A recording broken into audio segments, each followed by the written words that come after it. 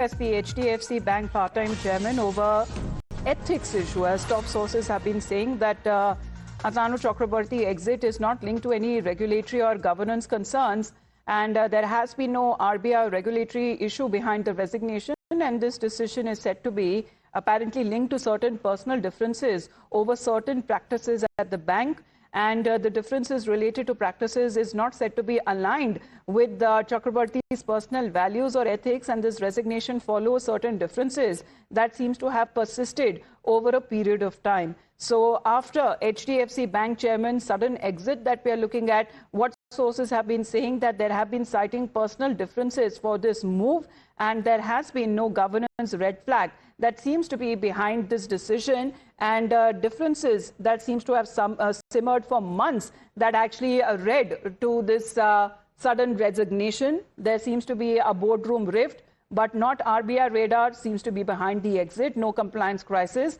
But what is being said that there was a possibility of a clash of principles, what is being said that he had cited where certain happenings and practices within the bank are not in congruence with his personal values and ethics. However, he's not detailed any specific concerns, and this is what the bank had disclosed as far as in the development in the stock exchange filing as well. And now the RBI has gone ahead with the approval of an appointment of another interim part-time chairman. As far as when it comes to this abrupt exit is now coming on part of Atanu Chakraborty, who is now resigned as the HDFC Bank part-time chairman.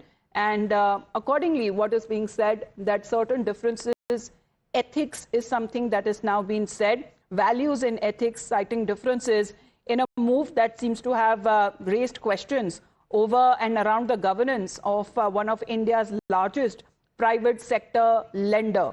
That is now being talked about. So this is the development that has now taken place. It has affected when it comes to the HDFC at the stock market as well, and differences related to certain practices but not aligned with Chakraborty's personal values and ethics. Well, Arunil, the reasons, however, the specifics have not been cited why Atanu Chakraborty decided to resign as the HDFC Bank part-time chairman.